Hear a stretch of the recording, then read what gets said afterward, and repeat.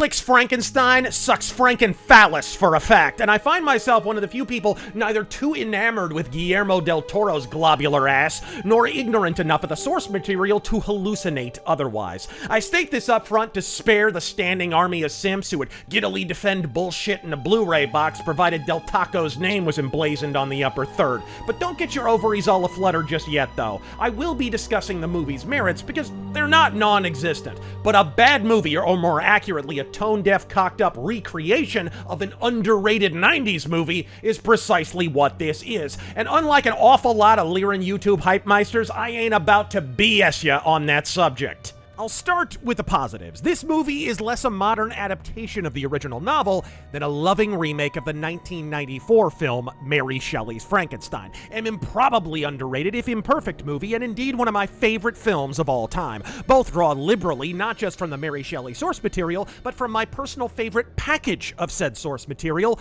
Bernie Wrightson's lavishly illustrated Frankenstein graphic novel. Painstakingly cross-hatched in jaw-dropping black and white, it's a pre-Raphaelite masterpiece that puts similar and subsequent efforts to shame. Everything from Oscar Isaac's wardrobe to his laboratory set, and even the lanky, lumbering creature are all but snatched from the pages of the Wrightson adaptation, and that is a rich vein of creativity to mine. Though I note that many YouTube titwanks are already mistaking that creativity for Guillermo del Toro's own. These are not his designs. These belong to Bernie Wrightson. Where Guillermo makes himself more manifest, the results border on bowling shoe ugly. Some sets are stunning, such as the iconic castle, while others look like a PlayStation cutscene. And when I say the movie's essentially a mimeograph of the movie from 1994, I mean exact shots and snatches of dialogue not found in the novel are lifted frame for fucking frame, though some of the best lines of the original are outright omitted thanks to some unneeded elective plot surgery by the screenwriter who is, you guessed it,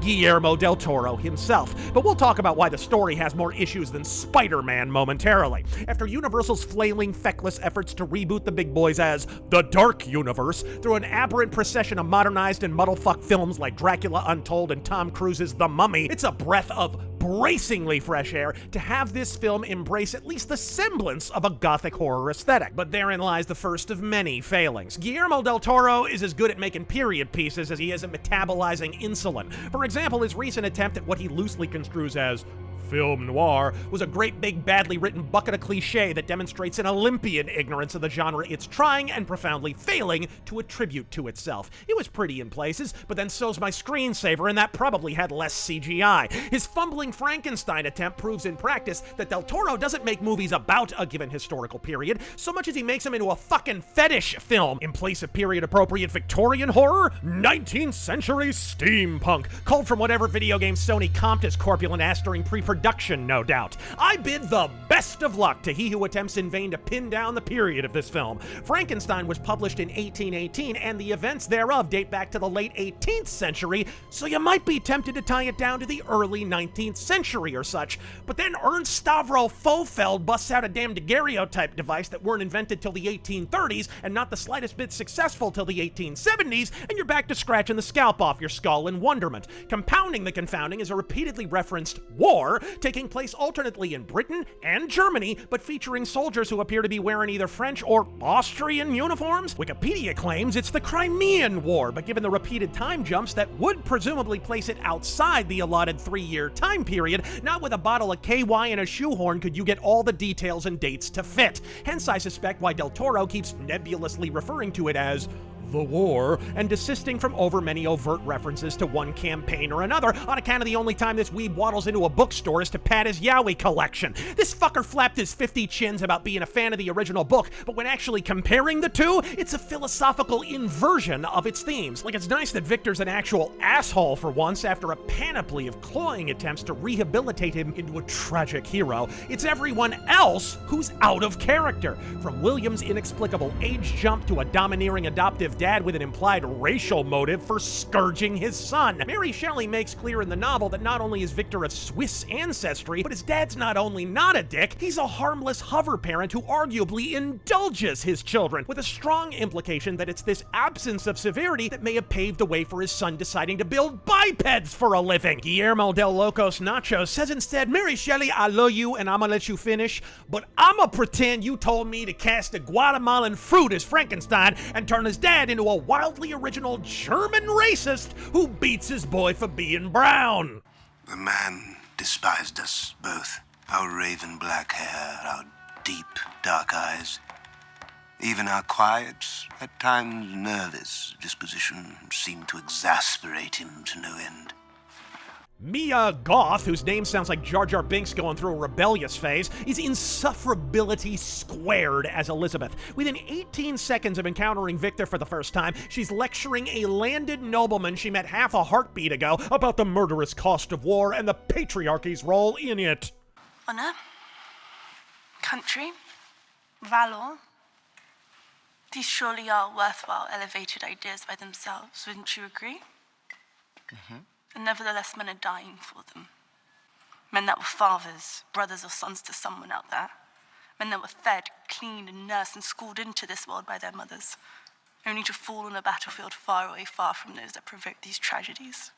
If Del Pinche could pin down a believable time period for 4 seconds, we might be able to ascertain whether she'd be shot or hanged for her dysentery of the mouth in this scene. Instead, we're supposed to sympathize with a broad who's betrothed to the only decent dude in the entire movie, cheats on him to play footsie with a narcissistic necromancer, only to friend-zone them both because she done fell in love with a lich over the course of 2 entire conversations. Never mind the improbability of every dangling dick in the film driving hard to the hoop over a broad who looks like Whoopi Goldberg bathed in bleach. She's unctuous, self-important, her entire personality is presentism, and by the time she dies, on the day of her wedding, to once again the only moral man in the movie, does she mourn the untimely skull-smashing of her hapless groom, the dude she done cheated on with a wizard? Nah! Instead, she waxes womanly about how appropriate it is to die in the arms of the dude who done crushed his skull like a soggy watermelon.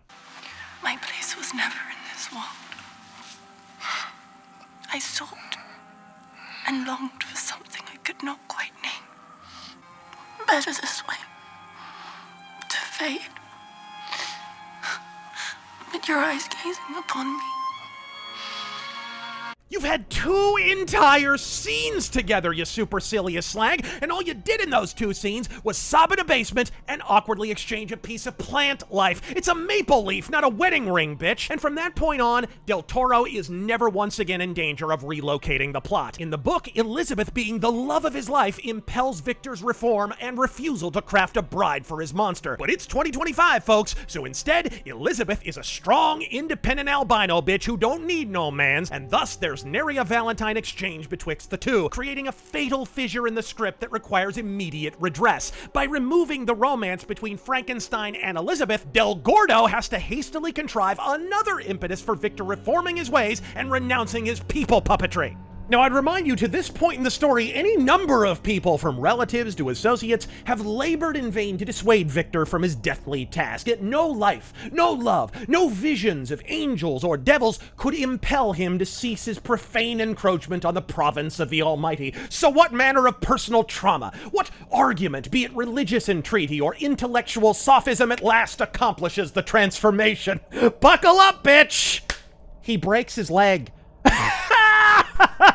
Del Toro, you hacky-ass human jello cake, you. Neither kin nor creator could forestall Frankenstein's nefarious purpose, but dadgummit, when the castle he never once occupied in the novel explodes like an Israeli beeper, flinging him into a piece of rubble, he gets a bad boo-boo, breaks his leg, and wakes abed in his brother's apartment with a nice new leather leg installed. Spell broken, sanity prevails, 10 out of 10 screenplay, no notes whatsoever. And all because a bearded butt-ugly Mexican wanted yet another no-sense-making monster fucking plot between Elizabeth and a creature she met, I would remind you, 2 entire scenes ago. You know, they say on a clear night, the only 2 objects you can see from space are the Great Wall of China and Guillermo del Toro's mommy issues. Between this and Creature from the Snatch Lagoon, look, Guillermo, just because you're a spherical fuck with an inferiority complex, don't mean every set of memories needs to be a bouncing on the balls of a monster. Talk it out with your shrink and leave Frankenstein the fuck alone. No one needs Jungian subtext that's hammered in so hard it becomes just plain text, because no one needs speculate as to the themes of the original novel. And that's not me saying it,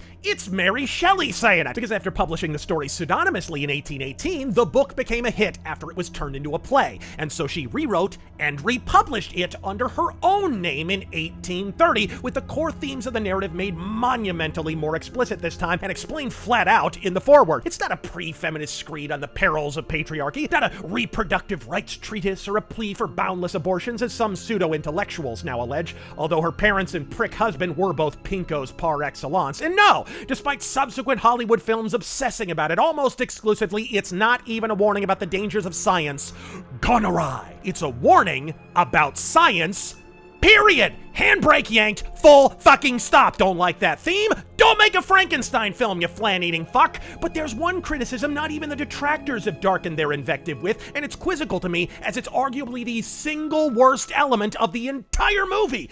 This soundtrack is shittier than Bombay street food. A faint few instances of bitch and baroque organ stings and classic horror atmosphere must thanklessly contend with wildly incommensurate bursts of upbeat, blaring classical and straw boat hat cane twirling old-timey music during the monster creation scene of all moments. A stark contrast to the masterful, if perfectly pompous sequence from the Mary Shelley's Frankenstein film that Del Toro is essentially half-assedly remaking here.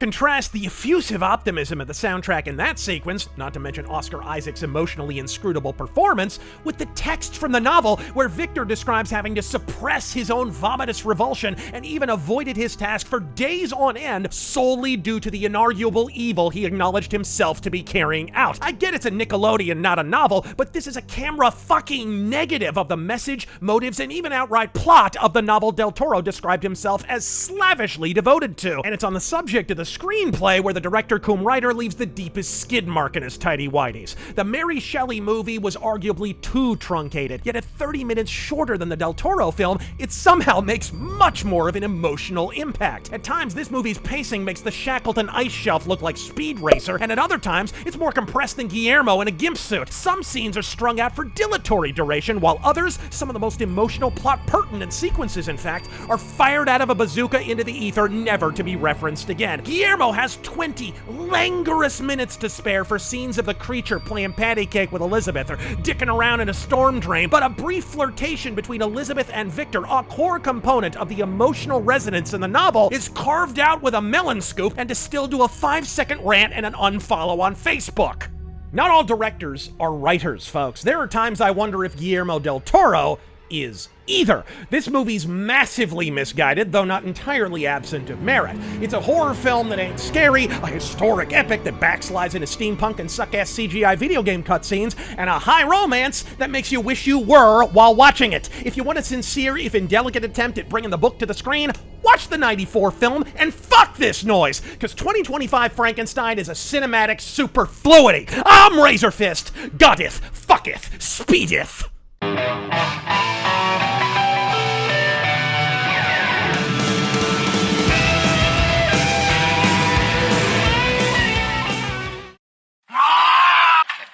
Let me out of here. Get me the hell out of here. Don't you know a joke when you hear one? Jesus Christ, get me out of here!